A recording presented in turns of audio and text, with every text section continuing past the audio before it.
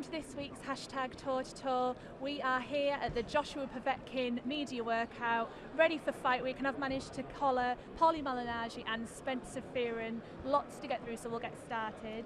Adnan has tweeted in, does Povetkin stand a chance against AJ? Paulie, I know you're a big talker, I'll come to you first.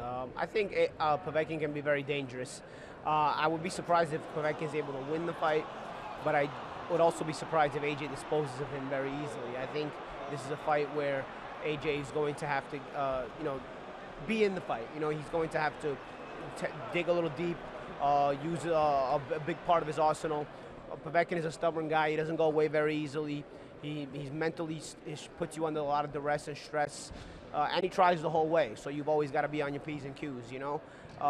Having said that, I think Joshua is up to the task. I think I really was impressed with how he came through the Klitschko fight, and I think after that fight, I really think there's no doubt about how mentally strong Joshua is. So as much mental strength that Joshua's going to have to show in order to stay in this fight and deal with Povetkin's stubbornness, I do think Joshua has that, and I think he also has a bit better arsenal on being the younger guy. I think he wins the fight. Spencer, I know you've got a huge opinion on this one. Do you? I think Anthony Joshua owes himself and the British fight fans and the global fight fans a big performance, because the last two fights were not big performances, because we have been spoiled by watching one of the greatest heavyweight title fights in all time with him and Klitschko.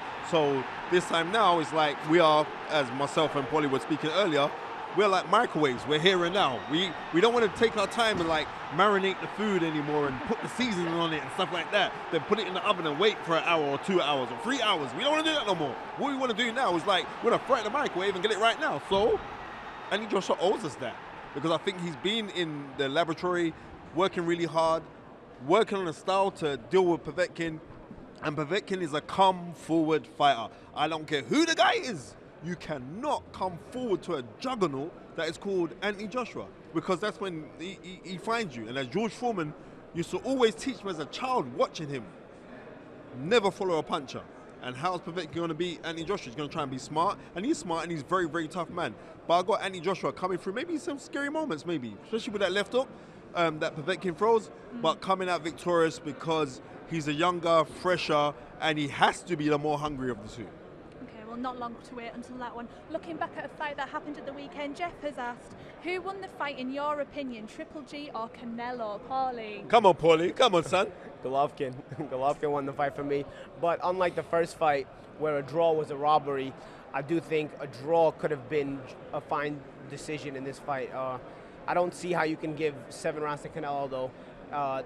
More than 6 rounds, So, and you need 7 to win the fight, So I don't think Canelo could have won the fight. I thought he could have maybe possibly got a draw. I had Golovkin 7-5, but a draw would be fine by my standards. So Canelo did fight a better fight. Canelo did fight a different fight. He fought a fight where he held his ground, but I felt like he got outboxed. And I think watching the fight, I think if you just forget about the two styles and your preconceived notions about Golovkin being the boogeyman and coming forward and Canelo having to go backwards, if you forget the preconceived notions and watch it just as a boxing match, I think Golovkin won the fight. Spencer, I've not seen you since that fight. That was one you were really excited for. What did you think? I was really excited for the fight. Originally, when I first watched it, I had the fight to Golovkin, but that's because I'm reading Lennox Lewis's tweets, right? And then going back and watching it, I'm saying, you know what? Maybe you could have given it to Canelo. It was a close fight, but because I think, as Paulie likes to say, like the untrained eye, be watching a fight and being wowed by the punch dexterity of Canelo, the way he put the shots together. You're going to think, wow, Golovkin's very good. But I think he is a victim of his own success, because we just want to see him knock out guys. And when we saw Canelo now, Canelo threw eye-catching shots. Canelo was the one who was pressing forward in the earlier rounds. So therefore, I could see why he got the decision.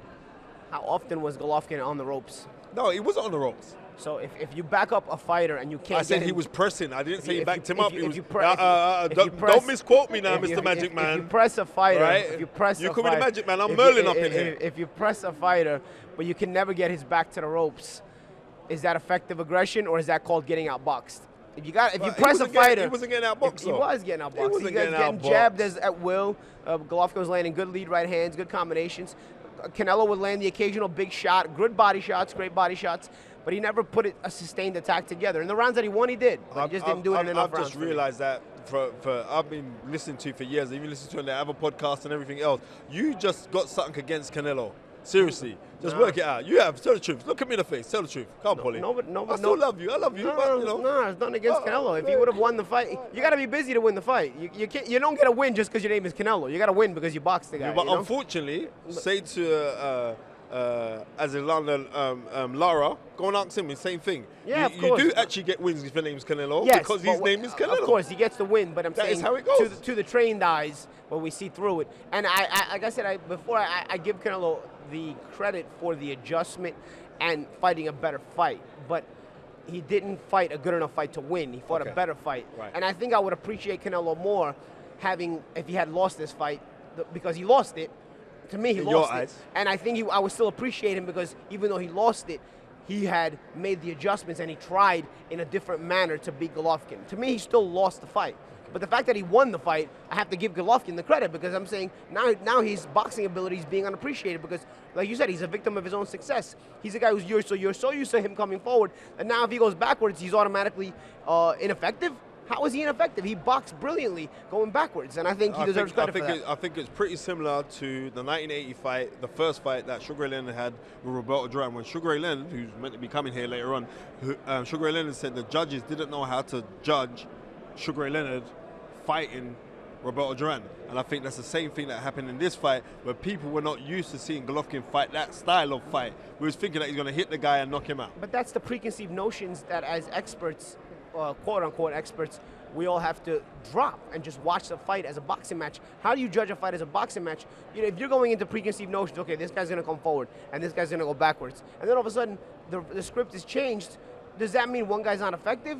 Maybe the other guy's being effective on a different standard. Both guys were effective, they were fighting effective, opposite but we're not ways. used to seeing both that guys authenticity of effectiveness. Both guys were more effective fighting the opposite way. Canelo this time, he came forward, unlike the first fight. He was more effective coming forward. But if you're scoring the fight, was more effective you scored going the backwards, fight though. 7-5 to Golovkin. Yeah. That is still close because that is subjective. So it wasn't a robbery. It wasn't it wasn't a robbery. I'll tell you why it's a robbery. Because if you are judging the fight by the same standards, by the same exact standards, you cannot find more than 6 rounds to give Canelo. If you're changing the standard just to give Canelo more rounds, if you're judging the fight from the same exact standard, it's 7-5 or 6-6. If you're changing your standard round to round just to give Canelo a round extra, then of course you're gonna have Canelo winning the fight. I think I'm going to have to jump in there before Paulie's head explodes during that argument, but you can tune in more on the podcast for that conversation. Just Geordie has asked thoughts on Floyd v Pacquiao too. Do we care? I think it's a fight that attracts crossover fans, casuals, but boxing fans really want the bigger names of the moment. You know, we know who's in their prime and who's not in their prime and who's going to give us the best fights, and it's probably not Floyd Mayweather versus Manny Pacquiao, but Mayweather versus Pacquiao have a bigger name than even the top fighters in the sport, and because of that, they may sell. It's kind of like Mayweather-McGregor. You know, there's a lot better fighters you want to see against Floyd Mayweather, but, you know, the names are going to sell. And obviously Spencer, Amir Khan was on our show last week. What does that mean for him if that fight goes ahead? Well, it means, as me and Paulie were speaking about it earlier, if that fight does happen, Mr. Amir Khan, you're still my brother and I love you, I just want you to know this, you're going to have to fight Kell Brook. Let's play this because there's no one else for you to fight. You wanted to fight Paulie Malinaggi, not Paulie Malinaggi, because you're here, you're confusing me. You said that you wanted to fight Manny Pacquiao in the Pacquiao fight because to secure legacy.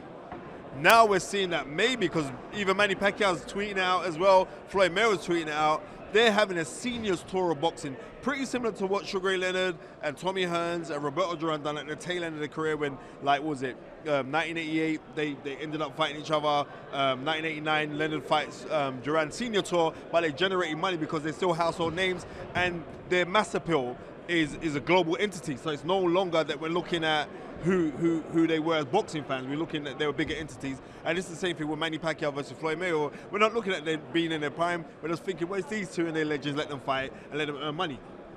You ain't hearing Floyd Mayweather call out the young guns, though. You ain't heard him say nothing about Errol Spence. Yeah, right, because he's not going to do that. He's going to say easy work with Manny Pacquiao. Let that happen if it's going to happen. But Manny Pacquiao knows now that you're going to take Floyd Mayweather on. When you're getting older, you know, two old guys make for a good fight, you know. And also, you know, Pacquiao's a boxer. Pacquiao's still been more active. Pacquiao's more of a threat here, I think, than the Mayweather-McGregor situation. You know, Mayweather-McGregor was never going to be a threat, but Mayweather-Pacquiao. You beat up McGregor. Everyone beat up McGregor. Everybody in that gym was beating up McGregor. Even the journeymen were beating up McGregor. Trust me. But having said that, Pacquiao has been active. He's legitimately dangerous to Floyd, you know, which is why I almost don't want to agree with the fight. I get why they're doing it. I get why they're talking about doing it. But this is a legit threat. Like, what happens if after your entire great career, you go out on this money tour and go get yourself beat by Manny Pacquiao? After all this, that's how, you know, do you really want to risk that? You know, because Pacquiao is not McGregor. Pacquiao is a guy who's been boxing, he's been active. Yeah, he's older, but he still poses a certain threat to you. I don't know. And he impressed me against Batiste. Yes. And you took the words out of my mouth. Exactly. I took the words out of your mouth? No. Actually, you followed. This guy's dangerous. You followed my thought. I was thinking that. Energy is energy. Okay, guys, as we're slowly running out of time here, just a quick prediction. Joshua Povetkin. I got Joshua on points, and I don't want people to be disappointed because I'm saying points. I'm saying it because I think Povetkin is a stubborn guy, and I think he'll test Joshua in ways that will make AJ be very exciting, and will make AJ fight in an exciting fashion, and will make AJ have to dig deep, because Povetkin is willing to dig deep. Povetkin is one of these Eastern European emotionless guys with a great chin who comes forward and makes your life miserable. But he can be beat, and he can be beat by a better skilled guy who saw in the Klitschko fight. And I think Joshua is a better skilled guy, and I think Joshua is also a guy who's willing to dig just as deep. Interesting. Spencer? I can see this fight going two ways. I can see Anthony Joshua a comprehensive points win, like really, really big, like 118, 111. But getting some scary moments in there. But I'm going to stick to my original thought. And my original thought is that Anthony Joshua goes back to that rude, rugged guy, catches him on the ropes, and just wells away like you're on a heavy bag when we say do the 10-second burst, and then throws a massive burst on Povetkin and stops him in round 7. Okay. One question with that. You see AJ backing Povetkin to the ropes like that? If he double jabs, then I believe that he will administer the double jab in this fight. And I really do hope to God that he administers the double jab, because he's got a very, very good double jab. And he didn't use it in the last fight, but I believe that he could use it in this fight. Okay, well, we shall soon see what should happen. Tune in next week for more #Toe2Toe, or check out iTunes for the podcast. London City, where the hard work began, constant sound of the grind. It's where the Lions den emerged. The journey took its stride, a champ arose in his city on that defining night. Now he's back to defend with it all on the line. 2 Olympic golds going head to head at Wembley. It's the road to undisputed as AJ meets Povetkin. Joshua Povetkin on Sky Sports box office. To order, see channel 491 or go to skysports.com/Joshua.